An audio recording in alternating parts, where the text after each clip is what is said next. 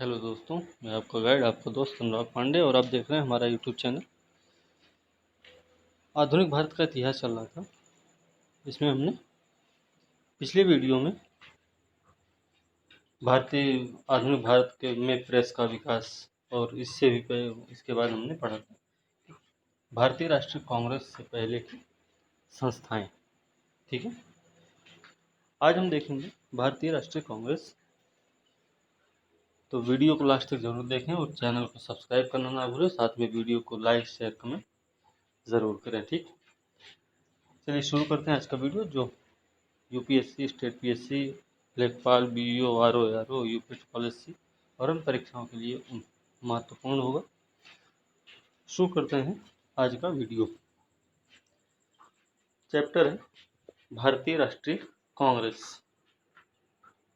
तो भारतीय राष्ट्रीय कांग्रेस स्थापना सबको पता है कि 1885 में हुई है। ए.ओ. ह्यूम के नेतृत्व में। ठीक है, लेकिन इसमें एक प्रश्न है कि भारतीय राष्ट्रीय कांग्रेस जो बनी उसकी एक अग्रदूत संस्था थी। मतलब कि भारतीय राष्ट्रीय कांग्रेस क्या है कि एक अखिल भारतीय स्तर पे एक संस्था है। उससे पहले एक संस्था बनी थी जिसका नाम था 1884 में बनी। नाम था इसका भारतीय राष्ट्रीय संघ। ठीक है, भारतीय राष्ट्रीय संघ जो था इसकी स्थापना हुई 1884 में। ठीक है ना, भारतीय राष्ट्रीय कांग्रेस की भारतीय राष्ट्रीय संघ की स्थापना 1884 में हुई है और यही जो है भारतीय राष्ट्रीय कांग्रेस की अग्रदूत मानी जाती है। ठीक है, अब देखिए, अब भारतीय राष्ट्रीय कांग्रेस की स्थापना कब हो रही है? 1885 में। तो 1885 में जब भारतीय राष्ट्रीय कांग्रेस की स्थापना की जा रही है तो उस समय एक सेवानिवृत्त अधिकारी है, ए.ओ. ह्यूम नाम है उसका। क्या नाम है? ए.ओ. ह्यूम। ए.ओ. ह्यूम नाम है इसका। इसके नेतृत्व में भारतीय राष्ट्रीय कांग्रेस की स्थापना होती है। ठीक, तो भारतीय राष्ट्रीय कांग्रेस की स्थापना 1885 में ए.ओ. ह्यूम के द्वारा तो होती है, लेकिन एक सबसे बड़ा सवाल है कि इसका पहला अधिवेशन कब हुआ है और कहाँ हुआ है, इसके अध्यक्ष कौन रहे हैं। आपको बता दें, इसका पहला अधिवेशन 28 दिसंबर 1885 को गोकुल दास तेजपाल संस्कृत विद्यालय बम्बई में हुआ था। कहाँ पे? गोकुल दास तेजपाल संस्कृत विद्यालय बम्बई में हुआ था 28 दिसंबर 1885 को। इसमें 72 प्रतिनिधियों ने भाग लिया था। ये बात ध्यान रखनी है। साथ में ध्यान रखना है कि W.C. बनर्जी नाम है उनका, व्योमेश चंद्र बनर्जी, जो कि इसके अध्यक्ष रहे और महासचिव रहे हैं ए.ओ. ह्यूम। तो स्टेटमेंट के रूप में भी आता है कि भारतीय राष्ट्रीय कांग्रेस की स्थापना व्योमेश चंद्र बनर्जी के नेतृत्व में हुई। तो स्टेटमेंट गलत है। भारतीय राष्ट्रीय कांग्रेस का नेतृत्व और अध्यक्षता ए.ओ. ह्यूम ने की थी, तो भी गलत है। तो सही क्या है? सही है कि भारतीय राष्ट्रीय कांग्रेस की स्थापना ए.ओ. ह्यूम के नेतृत्व में हुई और इसके पहले अधिवेशन की अध्यक्षता कहाँ? गोकुल दास तेजपाल संस्कृत विद्यालय में 72 प्रतिनिधियों की उपस्थिति में W.C. बनर्जी के नेतृत्व में की अध्यक्षता में हुआ था पहला अधिवेशन। ठीक है, अब सवाल आता है कि ए.ओ. ह्यूम एक अधिकारी था, रिटायर्ड, तो उसने तो स्थापना की, लेकिन उस समय भारत में कार्यकाल किसका रहा होगा? तो कार्यकाल जो था वो था लॉर्ड डफरिन का। आपको पता है कि वायसराय बनने लग गया था 1858 भारत परिषद अधिनियम। ठीक है, तो तब से वायसराय जब बनने लग गए और 1885 में हो रहा है इसका अधिवेशन, इसकी इसकी स्थापना। तो उस समय लॉर्ड डफरिन जो थे वो थे वायसराय। ठीक है, चलिए अब देखिए, लॉर्ड डफरिन ने कांग्रेस के समय में ही कांग्रेस की स्थापना होती है और वो जो है कांग्रेस के बारे में कुछ बोलते हैं। क्या है कि यह एक सूक्ष्मदर्शी अल्पसंख्यकों की संस्था है। क्या बोलते हैं कि यह एक सूक्ष्मदर्शी अल्पसंख्यकों की संस्था है। अब उद्देश्य क्या रहे होंगे, भारतीय राष्ट्रीय कांग्रेस की स्थापना के उद्देश्य क्या रहे होंगे? उद्देश्य थे कि अंग्रेज इसको एक सेफ्टी वाल्व के रूप में यूज करना चाहते थे। जैसे कि क्या है कि बहुत सारे क्रांतिकारी थे, बहुत सारे दल बन गए थे, तो वो सब क्या है कि अंग्रेज़ों के खिलाफ कहीं न कहीं इधर आवाज़ उठाते रहते थे। तो अंग्रेज़ों को क्या एक इन सबको एक जगह इकट्ठा रखना था। इकट्ठा रखने का मतलब ये नहीं था कि आपका कोई फ़ायदा होने वाला है, ठीक? वो ये सोचे कि अगर एक मंच तैयार कर दिया जाए भारतीय राष्ट्रीय कांग्रेस के रूप में, तो ये बहुत बड़े मंच के रूप में सामने रहेगा और इनके कुछ प्रतिनिधि से बातचीत करते रहेंगे, तो उससे लोगों को ये लगेगा नहीं, हमारे प्रतिनिधि अंग्रेज़ों से बात करते हैं और अंग्रेज़ उनको कुछ न कुछ हमारे लिए रियायत दे रहे हैं। ठीक है, तो सेफ्टी वॉल्व की तरह काम करने का एक उद्देश्य था इसका।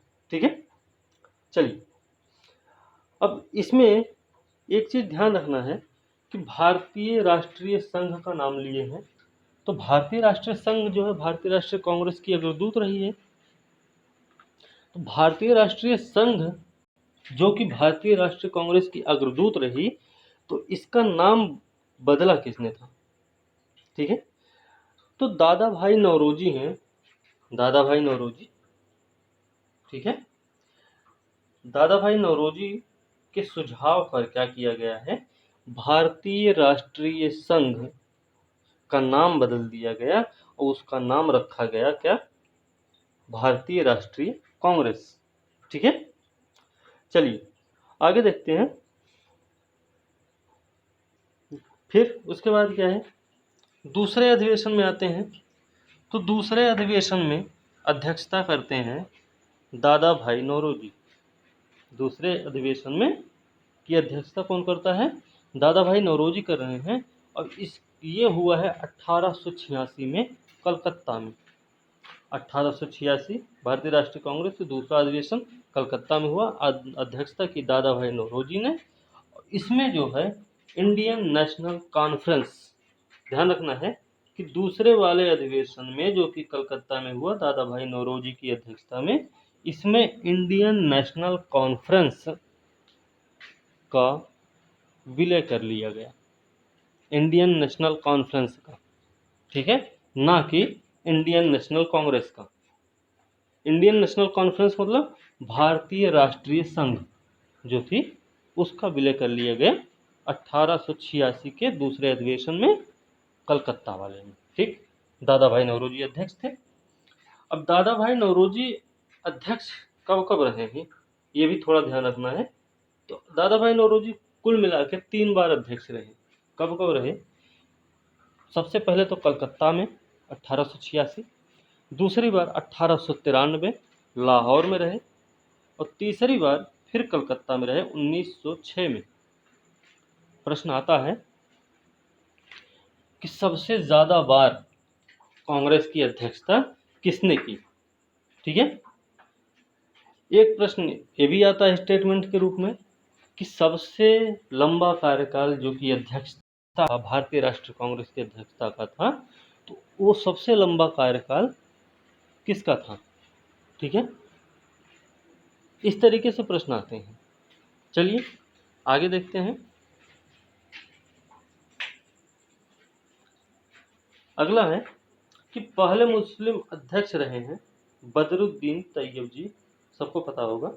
1887 का अधिवेशन रहा है ये और ये हुआ था मद्रास में। 1887 का जो तीसरा अधिवेशन हुआ भारतीय राष्ट्रीय कांग्रेस का, इसकी अध्यक्षता की थी बदरुद्दीन तैयब जी, जो कि पहले मुस्लिम अध्यक्ष बने। ठीक है। तो दूसरी चीज़ है कि कार्य का संचालन के लिए समितियों का गठन किया गया। ध्यान रखना है कि कार्य के संचालन के लिए समितियों का जो गठन करने का प्रावधान लाया गया, वो लाया गया था मद्रास के अधिवेशन में, जिसकी अध्यक्षता बदरुद्दीन तैयब जी ने की थी 1887 में भारतीय राष्ट्रीय कांग्रेस के तीसरे अधिवेशन में। ठीक है। अब बात करते हैं हम, पहला कौन है, पहला यूरोपीय अध्यक्ष। भारतीय राष्ट्रीय कांग्रेस का पहला यूरोपीय अध्यक्ष कौन था? तो भारतीय राष्ट्रीय कांग्रेस का पहला यूरोपीय अध्यक्ष रहा है जॉर्ज यूल। ठीक है। जॉर्ज यूल जो है भारतीय राष्ट्रीय कांग्रेस का पहला यूरोपीय अध्यक्ष रहा है, और इसने 1888 में इलाहाबाद में अध्यक्षता की थी, जो कि चौथी सभा थी। तो चौथी सभा थी, इलाहाबाद में हुई थी, जॉर्ज यूल ने अध्यक्षता की थी, पहला यूरोपीय अध्यक्ष बना 1888 में। ठीक है। चलिए आगे देखते हैं। एक चीज और ध्यान रखना है, हमने अभी बताया कि बदरुद्दीन तैयब जी के समय में क्या हुआ कि कार्य संचालन के लिए समितियों का गठन किया गया था। ठीक है। इसी को, ये जो कमिटी है, ये कार्य संचालन के लिए जो समिति बनाई गई, यही कमिटी आगे चलकर नाम इसका रखा गया विषय निर्धारिणी सभा। ध्यान रखना है कि इसी का नाम हो गया विषय निर्धारिणी सभा। ठीक है। अब चलते हैं आगे। ठीक है। आगे देखते हैं क्या है। आगे है कि कांग्रेस के लिए समर्थन प्राप्त करने के लिए विलियम डिग्बी, कौन है?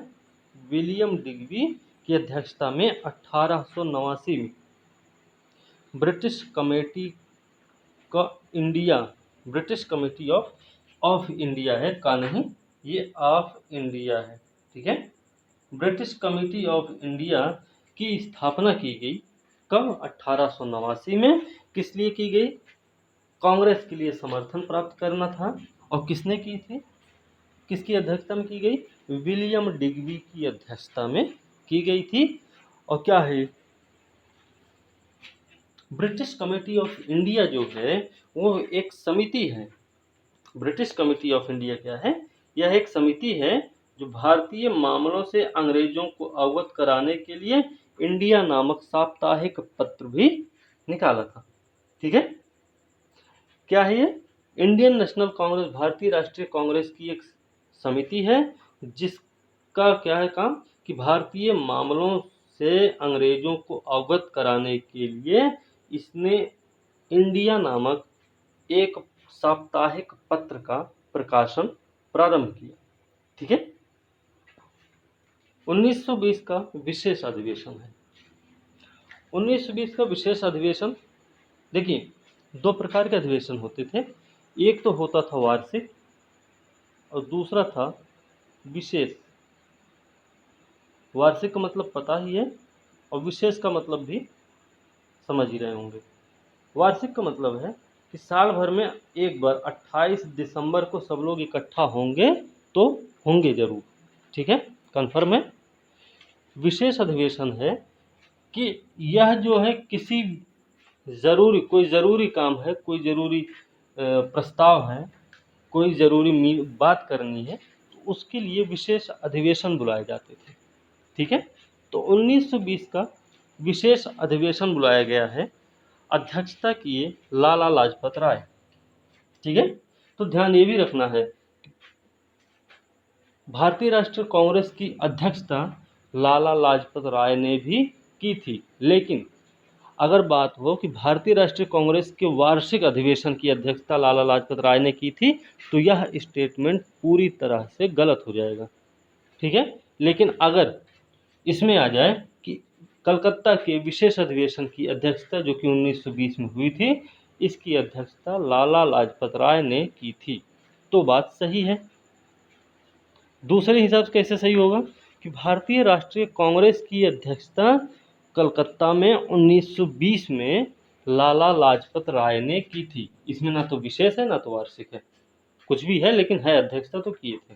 तो इस हिसाब से देखा जाए तो दो तरीके से सही है, एक तरीके से गलत हो सकता है। ठीक है, ये ध्यान रखना है। तो क्या है कि विशेष अधिवेशन 1920 में बुलाया गया, लाला लाजपत राय अध्यक्ष रहे, कलकत्ता में हुआ। इसमें असहयोग का प्रस्ताव स्वीकार किया गया था। ठीक है, असहयोग का प्रस्ताव स्वीकार किया गया कलकत्ता के विशेष अधिवेशन 1920 में लाला लाजपत राय की अध्यक्षता में। ध्यान रखना है कि लाला लाजपत राय की अध्यक्षता में। लाला लाजपत राय के बारे में अगर हम पढ़ रहे हैं तो इनके बारे में थोड़ा सा ध्यान रखना है कि इनको शेरे पंजाब कहा जाता है। क्या है ये?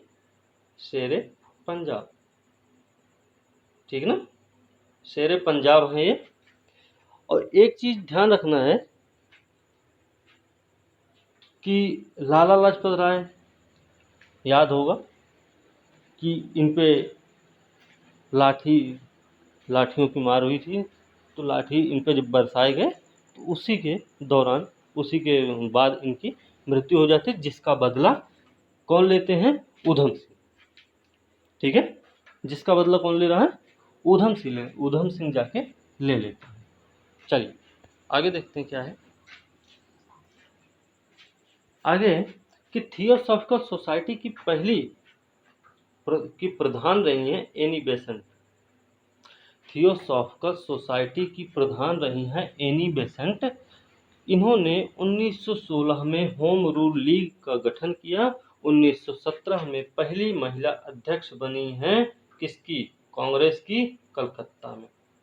ठीक है, तो थियोसॉफिकल सोसाइटी की प्रधान रही हैं श्रीमती एनी बेसेंट।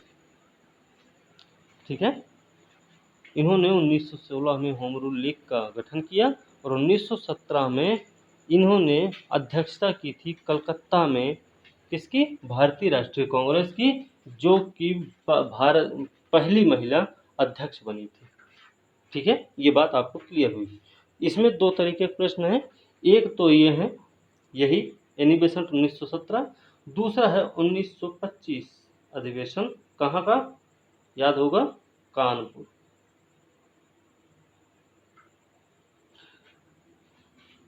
प्रश्न उठता है, स्टेटमेंट ही मानते हो कि भारतीय राष्ट्रीय कांग्रेस की पहली महिला अध्यक्ष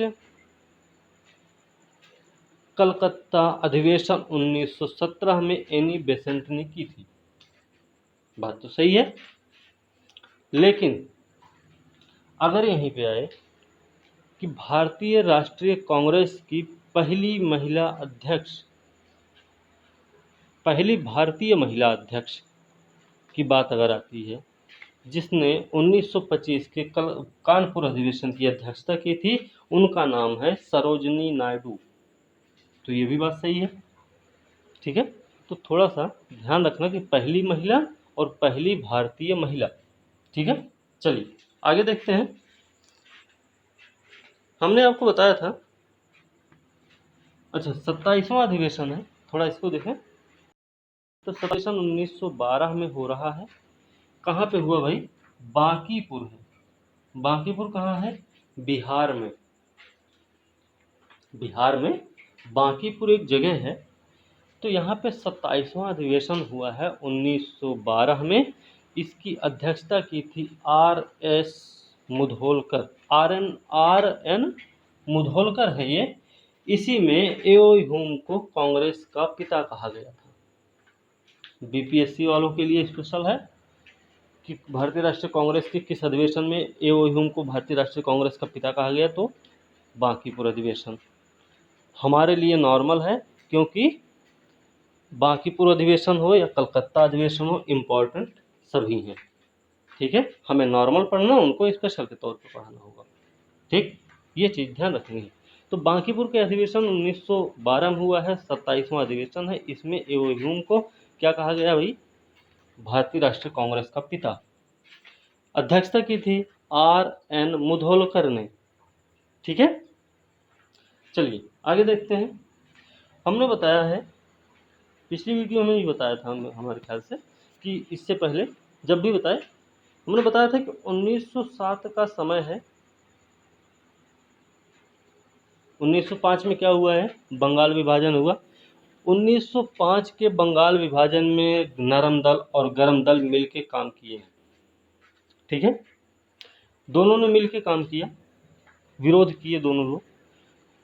फिर आगे आता है कि जब बंग भंग आंदोलन चल रहा था तो उस समय गरम दल और नरम दल क्या है कि कांग्रेस के अंदर में ही रह के काम कर रहे थे, लेकिन दोनों के विचार थोड़े से मैच नहीं कर रहे थे, बस बाकी थे साथ में ही, क्योंकि संस्था एक ही थी। प्रश्न है, स्टेटमेंट के रूप में आया हुआ है प्रश्न कि बंग भंग आंदोलन के समय नरम दल और गरम दल दोनों एक साथ काम कर रहे थे, एक साथ विरोध किया। दूसरा स्टेटमेंट होता है कि बंग भंग आंदोलन के दौरान कांग्रेस, नरम दल और गरम दल अलग अलग होकर काम करने लग गए। तो स्टेटमेंट दूसरे पे ध्यान रखना है कि दूसरा स्टेटमेंट आपका गलत है। क्यों? क्योंकि ये दोनों अलग होके काम नहीं कर रहे थे, दोनों लोग कांग्रेस के अंदर में ही रह के काम कर रहे थे, बस थोड़ा सा तरीका अलग था, लेकिन थे दोनों लोग एक साथ, सपोर्ट भी एक दूसरे को करते थे, लेकिन थोड़े से विचार जो है अलग हो गए, ठीक है। 1907 का अधिवेशन होता है सूरत अधिवेशन। सूरत अधिवेशन हो रहा है। यहाँ पे क्या है कि सूरत अधिवेशन में कांग्रेस में फूट पड़ जाती है। अब फूट पड़ने का क्या है भाई, फूट पड़ने का हो सकता है एक गरम दल है, एक गरम दल है और एक नरम दल है। तो ये गरम दल वाले क्या हैं और ये नरम दल वाले क्या हैं। गरम दल वाले थोड़े से एग्रेसिव होके काम करना चाहते हैं, नहीं ठीक है, हमारे यहाँ है, हमसे ऐसी बात करते हैं ये लोग, हमारे यहाँ के लोगों के साथ बदसलूकी कर रहे हैं, हम नहीं बर्दाश्त करेंगे, हम इनसे छीन लेंगे, आज़ादी छीन लेंगे। वहीं नरम दल वाले क्या हैं, अरे नहीं, चिट्ठी भेजेंगे, बात करेंगे, मिलेंगे, मीटिंग होगी, देखते हैं कुछ ना कुछ हल तो निकाला जाएगा। तो दोनों में ये अंतर था।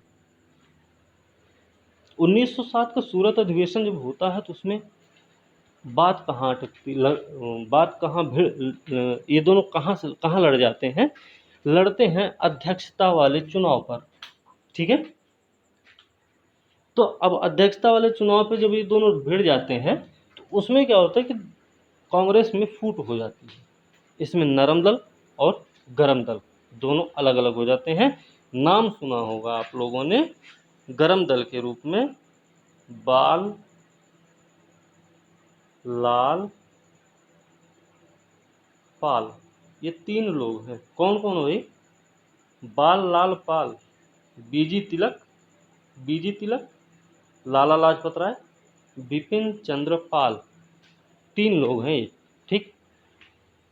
तो अध्यक्षता वाले पद के लिए कांग्रेस का विभाजन हुआ गरम दल और नरम दल में, इनको मिलाना भी था, ठीक है, क्योंकि अगर दोनों लोग अलग अलग काम करेंगे तो कमज़ोर हो जाएंगे, समूह में काम करेंगे तो मजबूती रहेगी, अंग्रेज़ों को भी थोड़ा प्रेशर बनेगा अंग्रेज़ों पे, ठीक है। तो बात हुई कि भाई 1916 का लखनऊ अधिवेशन होने वाला है, अंबिका चरण मजूमदार कौन है, अध्यक्ष बनेंगे। और जगह कौन सी चूज की गई है भाई अधिवेशन के लिए, लखनऊ का नदवा कॉलेज, लखनऊ का नदवा कॉलेज चुना गया है कि यहीं पे अधिवेशन होना है, किसके, अंबिका चरण मजूमदार या फिर AC मजूमदार, ठीक है।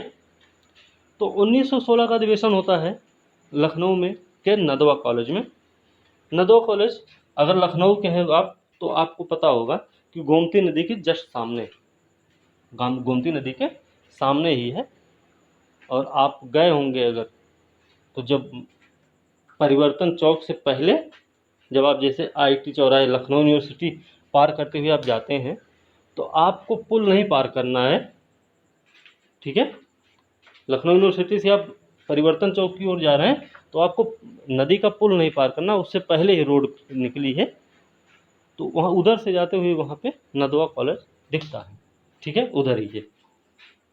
तो नदवा कॉलेज जगह चुना गया। तो इसमें क्या हुआ कि लखनऊ अधिवेशन जो 1916 होता है उसमें नरम दल और गरम दल का विलय कर लिया जाता है, पहली चीज। दूसरी चीज क्या है कि मुस्लिम लीग और कांग्रेस में समझौता होता है। मुस्लिम लीग और लखनऊ के कांग्रेस के बीच जो समझौता हो रहा है उसको बोलते हैं लखनऊ पैक्ट, लखनऊ समझौता, ठीक है। अध्यक्षता हमने बताया था एसी मजूमदार ने की है। कॉलेज का नाम हमने बताया क्या, नदवा कॉलेज। इसमें एक नारा दिया गया बीजी तिलक के द्वारा। बीजी तिलक, तिलक कौन है, ध्यान होना चाहिए, हमने वार्षिक अधिवेशन के बारे में बताया है 28 दिसंबर।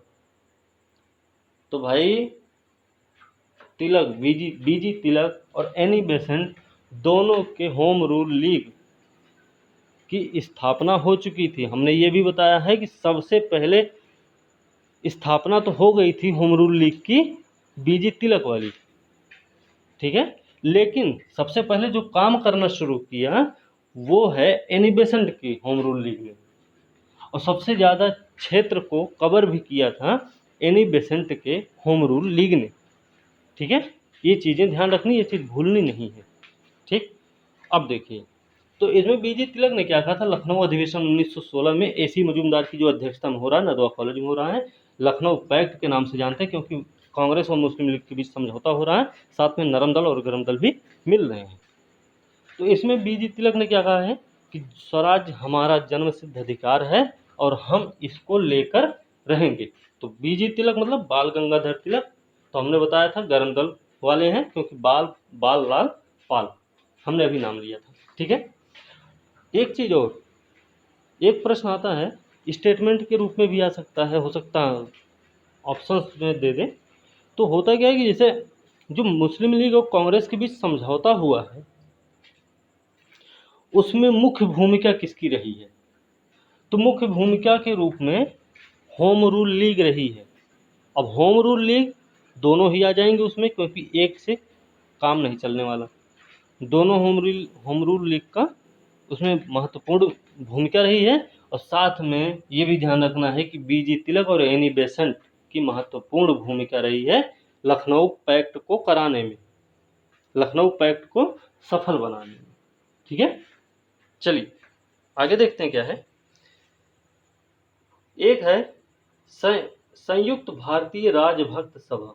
ये क्या है भाई, संयुक्त भारतीय राजभक्त सभा है, सर सैयद अहमद खान ने स्थापित किया है।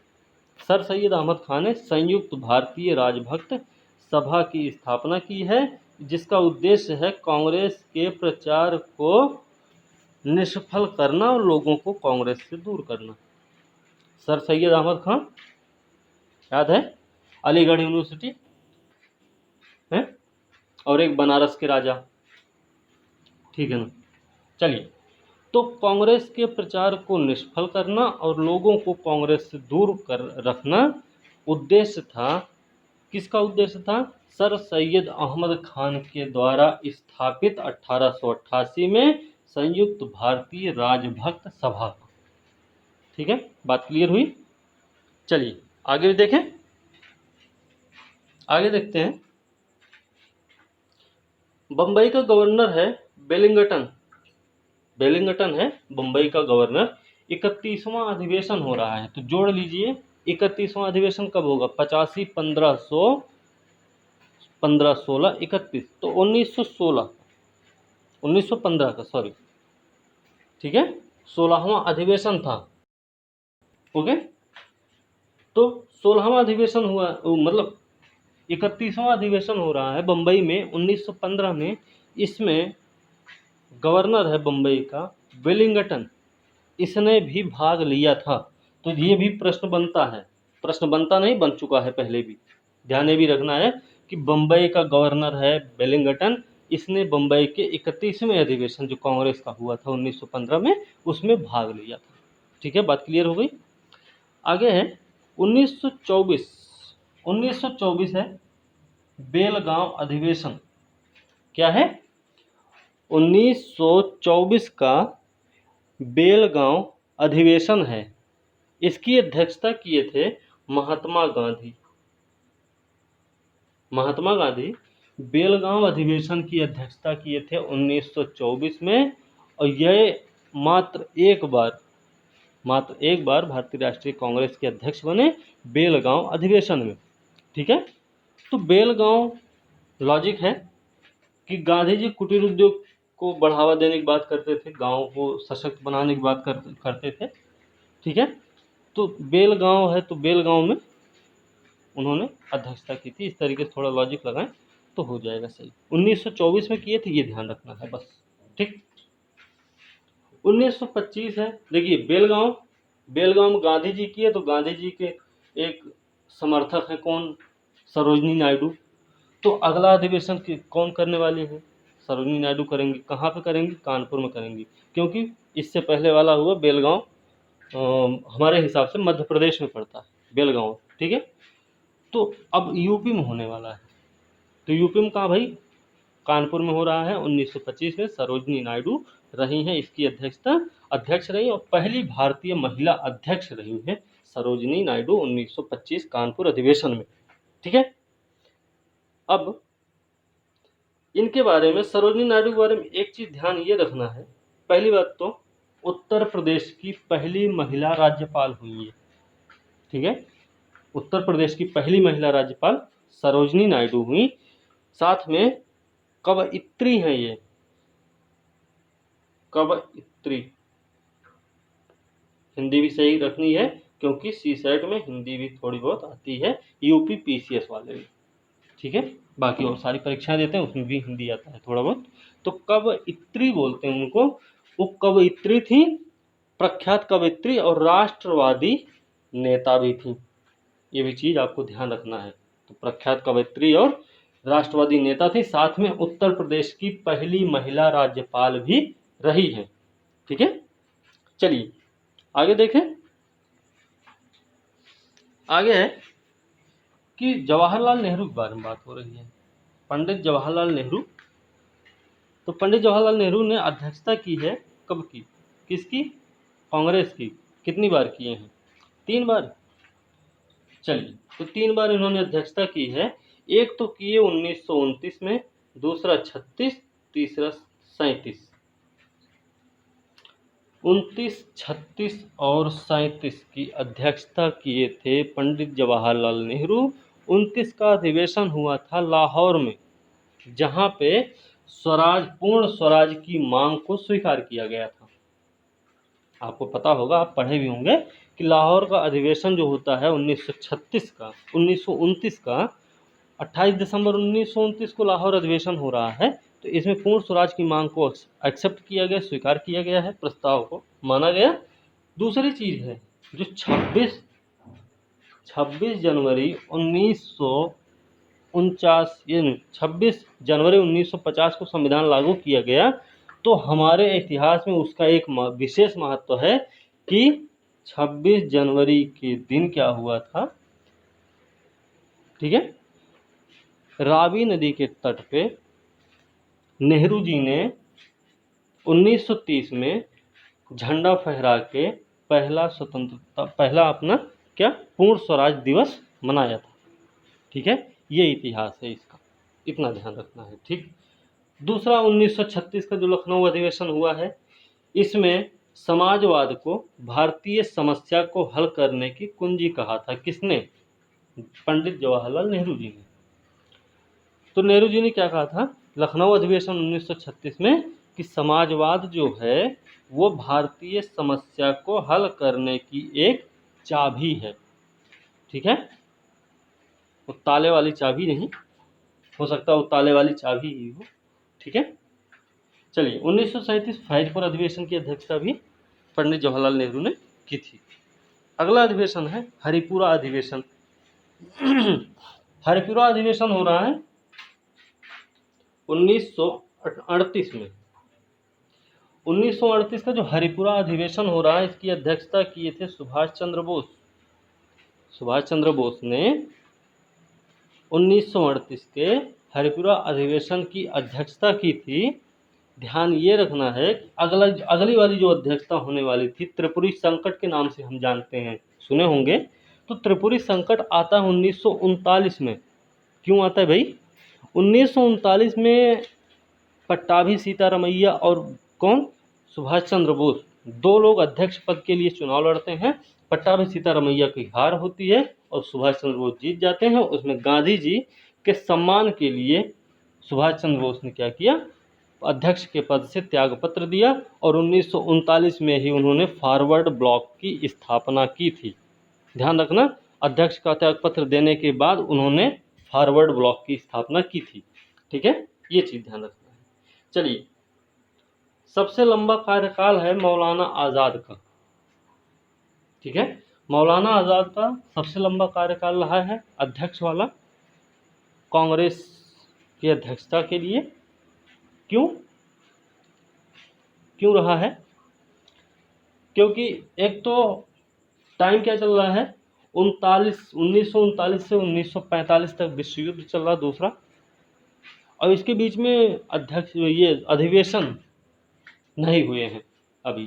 ठीक है, तो मौलाना आज़ाद को 40 से लेकर 45 तक अध्यक्ष बने रहे ये, और सबसे नई उम्र के रहे हैं यही। ठीक है, तो सबसे नई उम्र के अध्यक्ष कौन है कांग्रेस के? मौलाना आज़ाद। सबसे लंबा कार्यकाल किसका रहा? मौलाना आज़ाद का। एक साथ रहा है, यह नहीं कि कूद कूद के नहीं। 39 में रहे, फिर 42 में, 42 में, फिर 45 में बने, ऐसा नहीं। वो बने 40 से लेकर 45 तक लगातार, ये वाले में सबसे लंबा कार्यकाल है। ठीक है, लंबा कार्यकाल और अधिक बार, दोनों में बहुत डिफरेंट होता है, ये ध्यान रखना है, इसमें कोई चूक नहीं होनी चाहिए। ठीक, 1938 के हरिपुरा अधिवेशन में जवाहरलाल नेहरू की अध्यक्षता में राष्ट्रीय नियोजन समिति का गठन किया गया था। सुभाष चंद्र बोस हरिपुरा अधिवेशन की अध्यक्षता कर रहे हैं 1938 के। इसी में एक समिति बनाई गई, नाम है राष्ट्रीय नियोजन समिति। राष्ट्रीय नियोजन समिति है। ठीक है, तो इसका जब गठन हो रहा है तो उसके अध्यक्ष बने कौन? जवाहरलाल नेहरू। ठीक है, हरिपुरा अधिवेशन में ही हुआ, ये भी ध्यान रखना है। 1938 में हुआ है, ये भी ध्यान रखना है। कौन सी नाम क्या था? राष्ट्रीय नियोजन समिति। ठीक है, ठीक है ना। चलिए आगे देखते हैं। 1946 का समय है, मेरठ का अधिवेशन है। अधिवेशन कब हो रहा? 28 दिसंबर को। आज़ादी कब मिलने वाली है? अगस्त 1947 में। कितना? 8 महीने का डिफरेंस है। डिफरेंस कितना है? 8 महीने का। ठीक है, 8 महीने के डिफरेंस में 1946 में अध्यक्षता किए हैं मेरठ अधिवेशन की जेबी कृपलानी। तो जेबी कृपलानी जब 1946 में अध्यक्ष बन गए मेरठ अधिवेशन के, तो उसके बाद दूसरा अधिवेशन कब होगा? 28 दिसंबर को होगा, 1947 में होगा। उससे पहले ही भारत को आज़ादी मिल जाती है। तो इसका सीधा सीधा मतलब है कि जेबी कृपलानी भारतीय स्वतंत्रता के समय भारतीय राष्ट्रीय कांग्रेस के अध्यक्ष रहे हैं। ठीक है, इसमें भी कोई दिक्कत नहीं। चलिए, स्वतंत्रता के बाद गांधी जी ने सुझाव दिया था, बहरहाल सुझाव नहीं माने, फिर भी उन्होंने सुझाव दे दिया था कि अब कांग्रेस को ख़त्म कर देना चाहिए। ठीक, कोई दिक्कत नहीं, उससे ख़त्म करें या फिर रखे रहें, उससे कोई फर्क नहीं पड़ेगा। ठीक है, अब तो स्वतंत्रता मिल चुकी है। चलिए, 1911 है कलकत्ता का अधिवेशन। 1911 का कलकत्ता अधिवेशन है। इसमें क्या है कि जनगण मन गाया गया था। ठीक है, क्या ये? तो ध्यान रखना है कि 1911 का जो कलकत्ता अधिवेशन हुआ है, इसकी अध्यक्षता किसने की है? तो इसकी अध्यक्षता किए हैं पंडित बिशन नारायण धर, नाम है इनका, बिशन BN धर। ठीक है ना, या फिर बिशन नारायण धर नाम है, इसमें पहली बार जन गण मन गाया गया था। ठीक है ना। चलिए आगे है 1919 अमृतसर अधिवेशन है। 1919 का अमृतसर अधिवेशन हुआ है।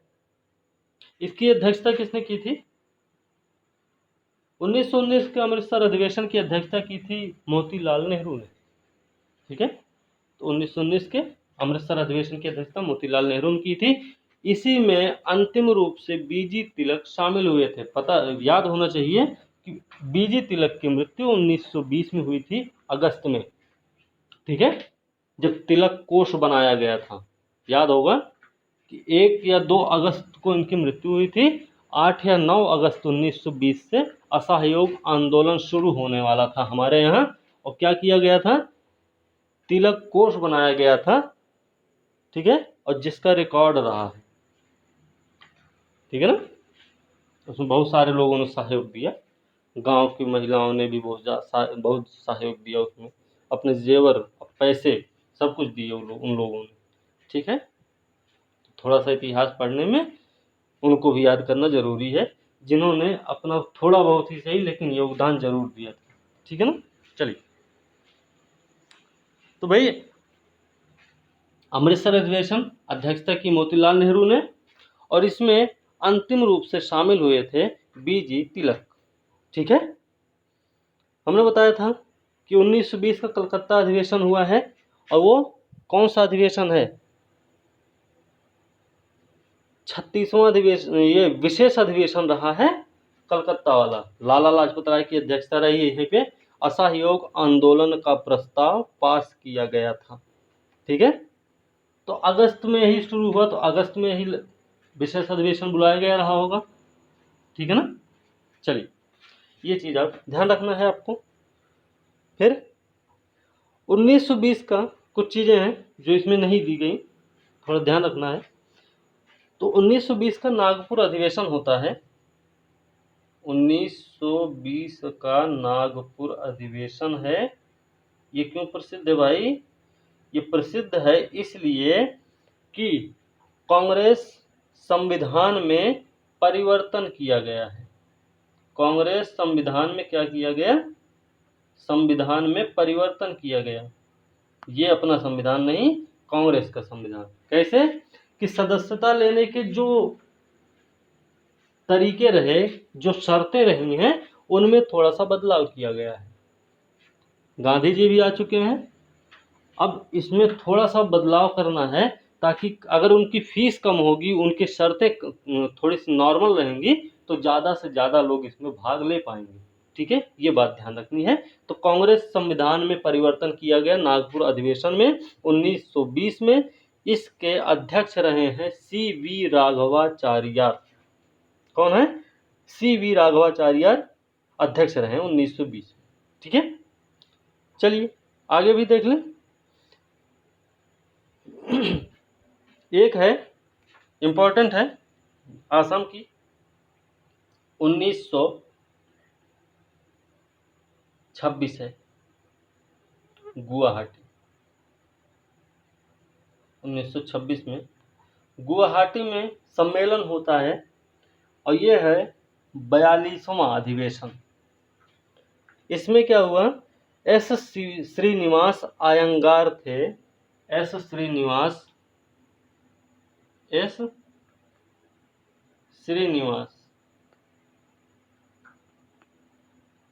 अयंगार थे, इन्होंने इसकी अध्यक्षता की थी। और यहाँ पे तय किया गया कि जो भी सदस्य हैं उनको खादी का कपड़ा पहनना जरूरी है। कब किया गया? 1926 में। ठीक है, तो 1926 का अधिवेशन हुआ है गुवाहाटी में। अध्यक्ष रहे एस श्रीनिवास अयंगार, और इसमें खादी वस्त्र अनिवार्य कर दिया गया सदस्यों के लिए। ठीक है, आगे भी देख लें। एक और 1931 कहाँ पे हुआ अधिवेशन? कराची। कराची में ही हुआ ना। कराची में इसका अधिवेशन हुआ है 1931 में। इसमें क्या है कि सरदार पटेल अध्यक्षता किए, सरदार पटेल अध्यक्षता किए हैं। इसमें क्या, इसकी क्या खासियत रही है? खासियत रही है कि मौलिक अधिकार की मांग की गई है 1931 के कांग्रेस के लाहौर अधिवेशन में। अध्यक्षता की थी सरदार पटेल जी। ठीक है, चलिए और कुछ एक और देखते हैं। अधिवेशन 1937 जो फैजपुर था, फैजपुर हमने भी बताया था आपको, उसमें हम थोड़ा सा नहीं बता पाए कि पहला मतलब एक ऐसा अधिवेशन रहा है फैजपुर का अधिवेशन जो 1937 में हुआ है जवाहरलाल नेहरू की अध्यक्षता में। वो पहला ऐसा अधिवेशन रहा है कि जो किसी गांव में किया गया था। कौन सा अधिवेशन? 1937 वाला। 1937 वाला फैजपुर अधिवेशन, अध्यक्षता किए थे जवाहरलाल नेहरू। इसके बाद 38 में किए कौन अध्यक्षता? सुभाष चंद्र बोस। ठीक है, चलिए ठीक है। इसके अलावा अब एक है 1947 दिल्ली में एक विशेष अधिवेशन भी हुआ था। 1947 में दिल्ली में हुआ विशेष अधिवेशन हुआ है। अध्यक्षता किए थे डॉक्टर राजेंद्र प्रसाद। डॉक्टर राजेंद्र प्रसाद 1947 की अध्यक्षता, विशेष अधिवेशन की अध्यक्षता डॉक्टर राजेंद्र प्रसाद ने की थी। ये भी चीज़ आपको ध्यान में रखनी है। ठीक है, तो आज की क्लास यहीं पर हम समाप्त करते हैं। अब अगली वीडियो के साथ हम कल मिलेंगे। और वीडियो अगर अच्छी लगी है तो लाइक शेयर कमेंट जरूर करें। साथ में चैनल को सब्सक्राइब करना ना भूलें, बेल आइकन को दबाएं ताकि आपको नोटिफिकेशन मिलती रहेगी। ठीक है, तो अगली वीडियो के साथ अब कल मिलते हैं। तब तक के लिए धन्यवाद।